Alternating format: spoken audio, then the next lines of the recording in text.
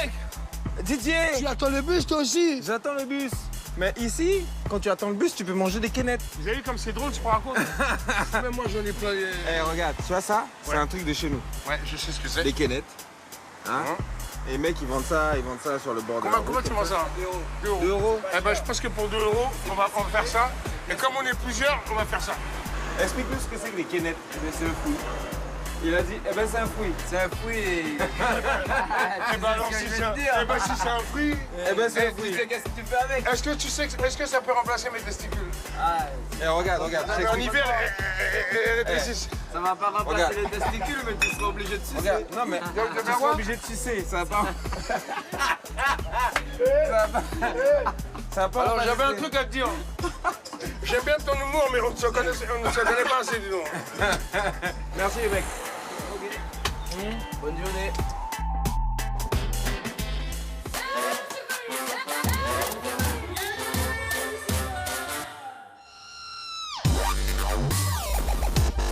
Putain, ça fait 2 jours que Moody Mike et moi-même, Joe et Star, nous sommes en Martinique. Et ça se voit sur nos têtes, surtout. Mi-homme, mi-banane. Ici, c'est l'île aux fleurs. Vous foutez pas de ma gueule, parce que c'est surtout l'île au rhum et au meilleur rhum du monde. On a été pêchés, mec. Une première pour moi. Et grâce à Dédé et Albert, j'ai chopé mon premier poiscaille. Ah putain, c'était chaud dans mon froc. Ah, je suis l'aigle de la route. Je vais vous faire un aveu. Ouais, dis-le. J'ai eu une érection. Plus sérieusement, nous avons aussi rencontré un vrai bonhomme, Monsieur Duverger, avec qui j'ai pu parler du grand Aimé Césaire. Je le considère comme un rebelle, sage. Il nous a formés et éduqués. Définitivement des hommes politiques comme Monsieur Aimé Césaire, qui agissent pour les autres et non pas pour eux, bah il n'y en a plus trop aujourd'hui. Et puis après, pour rester local, je suis allé voir un combat de coq. Et là, on est au cœur du patrimoine culturel antillais. C'est une tradition qui nous vient de l'esclavage. Alors, elle peut paraître un peu barbare, mais le Pit, lieu où se passent ces combats, est un vrai lieu de vie, qui accueille bien plus que ces affrontements. D'ailleurs, j'ai fait la connaissance là-bas de Madly, une jeune femme qui pratique le bélé dans ce Pit. J'ai envie qu'elle me parle de ce lieu, de ce qu'elle y fait et de sa vision de la Martinique. J'aimerais pas que les gens pensent, parce qu'on peut avoir une lecture simple, où on a vu des combats de coq dans le pit, alors que moi j'ai senti un truc, c'est une espèce de continuité culturelle. Oui, effectivement, c'est un lieu culturel, mais on va pas se mentir non plus. Hein. C'est un lieu aussi où il y a des choses violentes. Mais à côté de ça, effectivement, dans ce même pit-là, donc dans ce même espace-là, on a des soirées qu'on appelle des soirées bellets et où on danse et on s'amuse, on fait la fête et là on est vraiment loin de la violence. Raconte-nous ce que tu fais toi. Alors moi je suis une danseuse de bellet. Il y a un moment, c'est devenu complètement tabou. C'était déjà tabou pendant l'esclavage et tout ça, mais les gens le faisaient quand même et Je crois qu'il y a pratiquaient. Mais 30 ans, quelque chose comme ça, c'était... voilà, ah oui, il y a 30 ans, c'était Konyokadi, Vieneg. Ouais.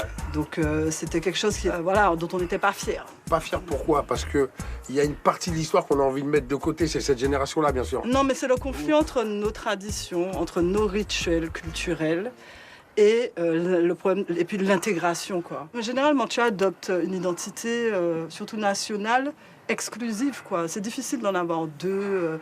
Généralement, tu choisis. Mais ce qu'il y a d'intéressant, quand même, parce que souvent, j'entends dire, oui, les Antillais, vous plaignez tout le temps, vous êtes esclaves, Oui, quelles sont les conséquences actuelles, quoi?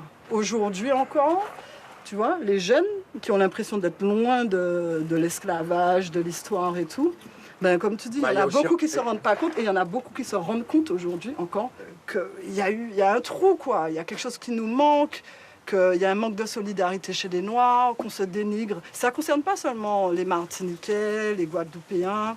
Pour moi, c'est tout le peuple noir. On a plein de complexes, on a plein de problèmes à résoudre. Et encore aujourd'hui, voilà quoi, on est gêné dans notre quotidien et il y en a beaucoup qui ne se rendent pas compte. Mais heureusement que les choses évoluent et que quand même, il y a des gens qui sont de plus en plus conscients, quoi. J'adore, la fille est wise. Mais revenons au bélé.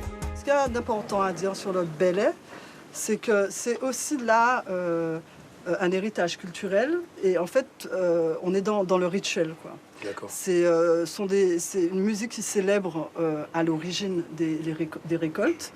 Elle, a priori, d'après les études qui ont été faites, elle nous viendrait d'Afrique de l'Ouest, du côté du Bénin. Donne-moi un rythme de basse comme ça, juste avec la main sur le belly.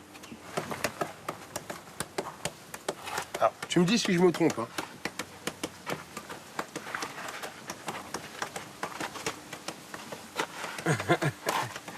Je suis ridicule ou pas? Non. Attends, je sais pas. Alors, vas-y, danse avec Non, nous. non, mais Allez, je attends, fais le rythme. Monsieur est, Danse un, avec- monsieur est un beatmaker. Laisse aller. Non, alors je t'explique, j'ai fais, toujours une attitude de danseur de passo double. Non, ça va Non, pas. je rigole, ça va. Alors dis-moi. On y va.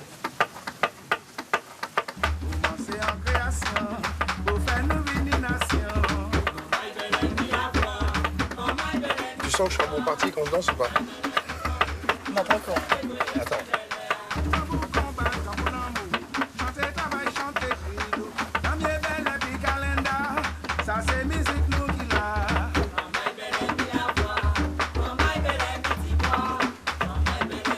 Alors moi, je vais faire ça, moi, c'est bien ou pas?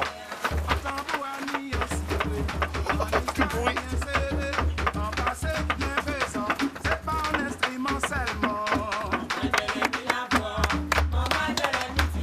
Bravo Madeleine. Merci, Merci Madeleine. merci. Nation Madnick.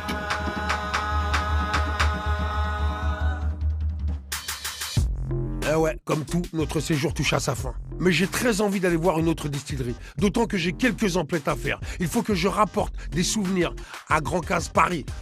Direction donc la distillerie JM où nous retrouvons Aurélie, la responsable touristique du lieu. Bienvenue à la distillerie JM. C'est une distillerie qui date de 1790, il faut le savoir. En 1845, Jean-Marie Martin rachète la distillerie et a créé sa marque de rhum avec ses initiales, tout simplement. Jean-Marie. Jean-Marie, donc JM. Ok. Ça tombe bien. Bon, bah, ceci étant dit, on reçu. Là, on va d'abord voir la matière première, donc la canne à sucre. Donc, on a 3 variétés de canne. Donc d'abord la canne paille, donc la canne jaune que vous voyez ici, qui est originaire de l'île de la Réunion. Après, on a de ce côté la canne bleue. Donc c'est cette canne légèrement violacée au niveau des nœuds, D'accord. donc originaire de l'île de Barbade. Et on a la dernière variété qui est la canne rouge. À JM, on a la particularité de couper la canne et de la broyer la demi-heure suivante. Oui. Comme ça, on a un jus de canne frais et ça, c'est aussi un gage de qualité. Et c'est sûr, le cadre est magnifique, la distillerie parfaitement entretenue, il n'y a rien à dire. Mais c'est tellement nickel qu'on pourrait bouffer par terre. Et la visite tellement bien huilée que j'ai quand même une impression de... On se demande même presque si elle tourne, cette distillerie. Mais alors, c'est trop propre, c'est trop beau, c'est trop pour moi, de toute façon, pour l'espèce de ponk-ponk que je suis. C'est une balance. Tout à fait. Mais bon, on n'est pas assez lourd pour... Oh, écoutez, il suffit que je sorte de table et on en parle. Et donc là, on va voir le jardin des senteurs dans lequel on a replanté les végétaux, tout ce qui est épices, arbres fruitiers, dont on retrouve naturellement les arômes dans le rhum. Vous avez déjà senti la cannelle? Oui. Les feuilles ou l'écorce? L'écorce. L'écorce. Eh bien là, on va, Moi, faire- les on deux. va sentir les feuilles. Les deux. Les deux? Les feuilles de cannelle. Oui. Ah ouais. Ouais, c'est très odorant. Ça sent bon ça. Et ça, la cannelle, on la voit, effectivement, on voit l'arbre. Et à la fin de la visite, on va pouvoir la sentir dans le rhum. D'accord. Donc là, on a les fûts.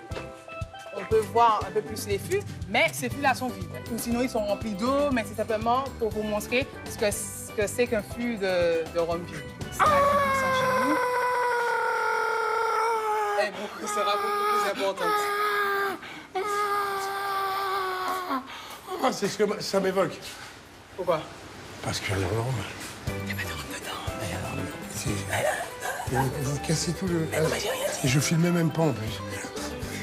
On continue sans vous, hein? Ouais, non, j'arrive tout de suite, ça va pas ou quoi? Donc là, maintenant, on va rentrer dans l'atelier olfactif pour découvrir nos rhums, notre gamme de rhum au nez et découvrir les arômes qui sont développés au cours des années.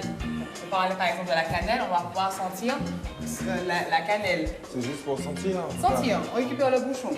Là, Ok. et on le porte au nez et on a la remontée des arômes. Ça sent bon tout ça.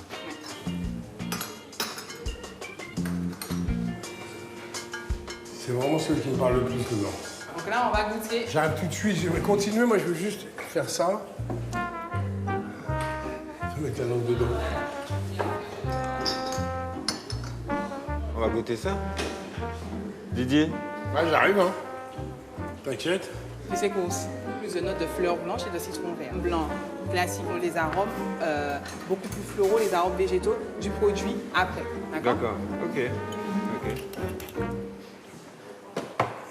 DJ? Non, excusez pour moi, est-ce que vous pouvez réitérer ce que vous racontiez? C'est du rhum blanc. D'accord. Particulier. C'est un produit qui a été abaissé en termes de degré d'alcool sur 12 mois, comparé aux autres qui ont été abaissés durant 6 mois. D'accord. Merci.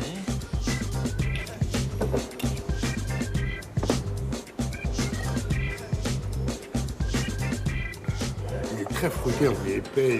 Donc on va goûter le 15 ans, le rhum vieux de 15 ans, donc le rhum vieux millésimé 2000. Donc, les millésimes, ce sont déjà des séries limitées parce qu'on n'a pas beaucoup de quantité.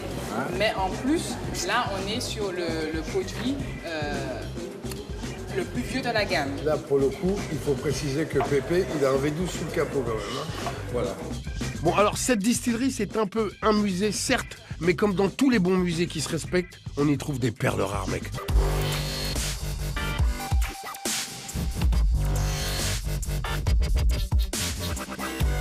Maintenant, j'ai envie d'entendre une des voix de la jeunesse. Direction Fort-de-France, dans un quartier populaire de la ville. Je vais y retrouver Sim Sima, un jeune chanteur d'origine haïtienne, caribéenne bien sûr, et son crew. Ici, on est à Léon-Mitage, c'est un quartier de Fort-de-France. Ouais. Donc, C'est un quartier comment? Dis par nous vrai. Bon, vas-y, bon, notre quartier, il est posé, mais faut pas nous chercher des histoires. D'accord. C'est juste ça. Et donc voilà, on a une association aussi, de Mama Léon-Mitage. C'est Je suis le président. C'est quoi la sauce? C'est une association, quoi. Ce qu'on fait des détentes, on part à la plage, on fait des sorties de moto avec le Madame Willy Boy. Vie de quartier, quoi. Exactement. Si tu me dis la sauce de quartier, vie de quartier, c'est que vous vous connaissez tous. Non, c'est tout le monde, quoi. On fait des événements, on a déjà fait la fête de la musique, tournoi de football. Ouais, mais ça, tu me parles de trucs culturels. Moi, tu vois, je te cherche un peu la petite bête. C'est savoir, tu vois, quand vous avez des jeunes là qui partent en sucette, tout ça, tac, tac.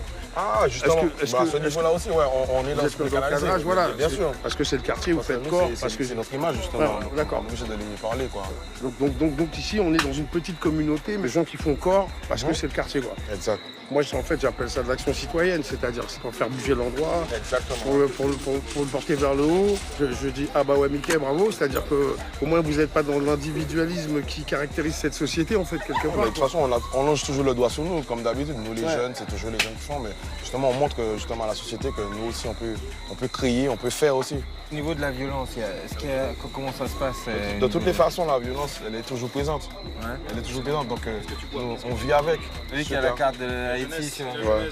On ne touche pas les armoiries des gens. Il n'y a pas de souci avec nous dire. Respect.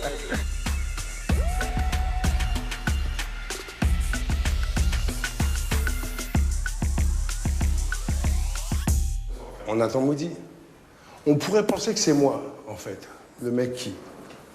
Mais en même temps, n'oubliez jamais que ça fait plus chic d'arriver en retard, mais quand elle bosse. Allez, on y va ou pas? Et donc, on va à quel étage, les mecs? 6. Parce qu'en fait, pour appuyer là. On va pas être ça. 619, hein? On va où? Par là, pardon. Mais c'est que j'en ai rien à foutre d'aller chercher Moody, c'est mon pote, mais quand même.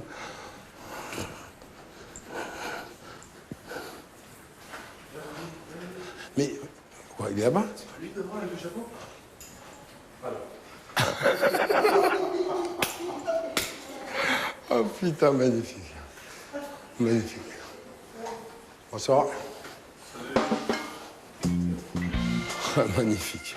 Magnifique. Quel est l'enculé qui a dit on dirait Moody de loin? Quel est l'enculé? Alors, tu vas devoir répondre de ça devant tes pères. Écoute-moi bien.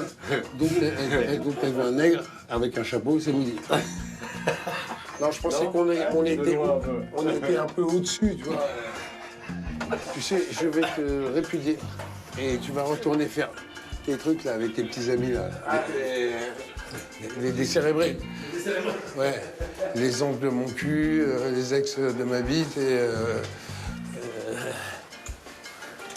Je suis pute et je veux pas me soigner. Il y en a un qui s'appelle. Il y a une émission qui s'appelle comme ça. Je suis une pute et je ne veux pas me soigner. Ben réponds. C'est une émission qui existe, ça? t'es con. Mais il n'y a pas de 619. Et alors... Non, mais il a dit 600. L'équipe en bois.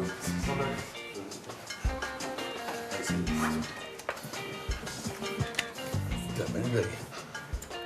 Bonsoir. 615. Ah, ça va.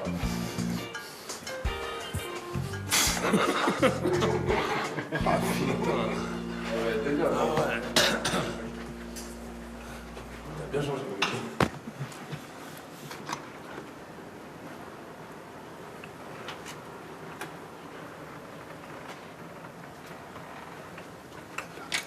Filme les pieds d'abord.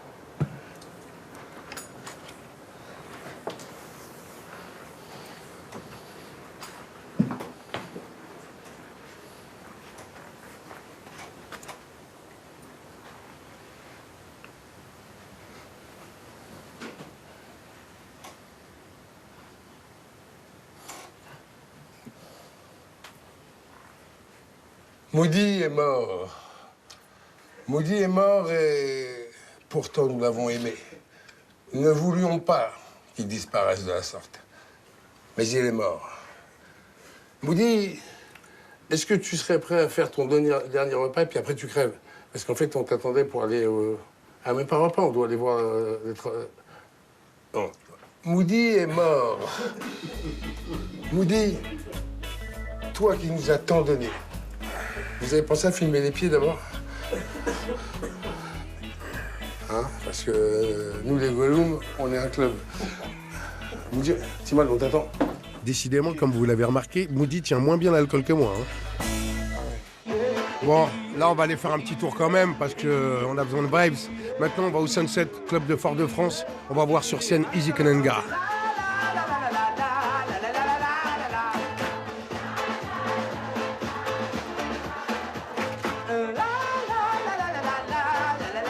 Mais j'ai surtout rendez-vous avec l'homme paille, de son vrai nom Yoni Alpha, un vrai performeur martiniquais. J'en profite pour discuter un peu avec lui et savoir si c'est facile ou non de faire de la musique et d'exister quand on est ilien.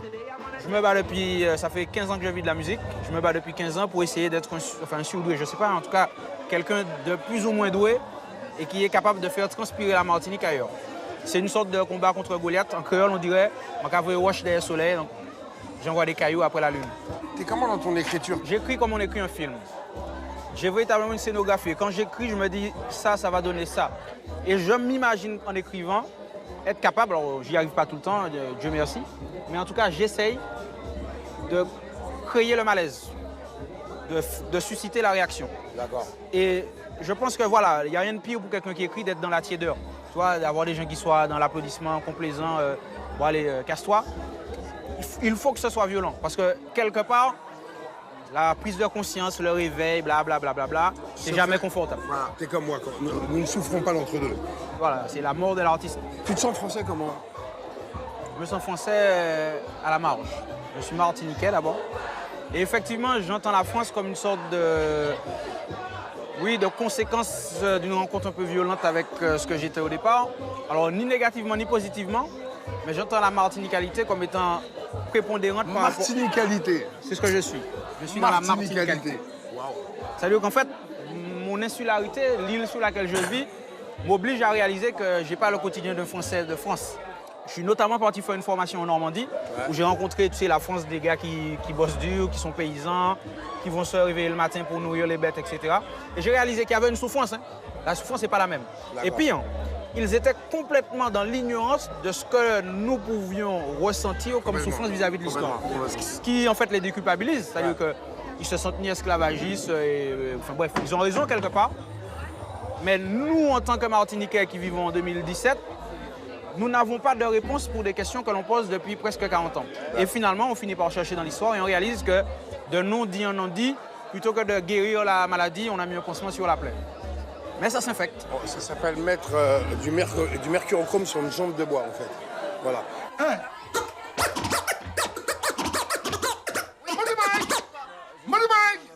Je veux voir toutes les mains en l'air, s'il vous plaît, il y a encore du monde ou quoi?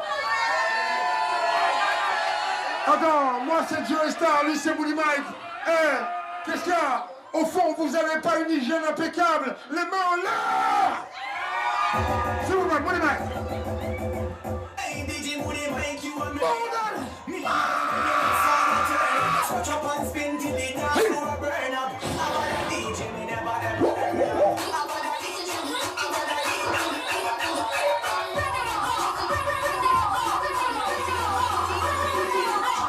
Toutes les mains en l'air, en l'air, en l'air. Caribbean, we the one. West Indies, we the best club, one country.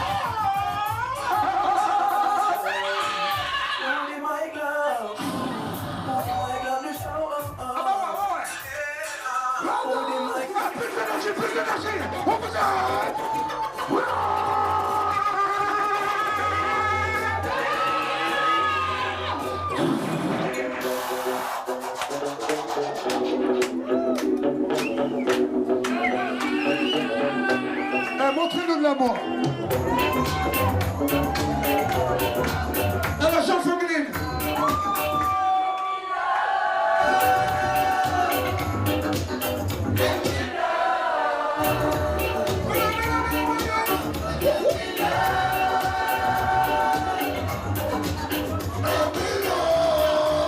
Moi qui suis négropolitain, comme l'homme paille et les Martiniquais, je me sens français, mais à la marge, car notre identité est encore en construction.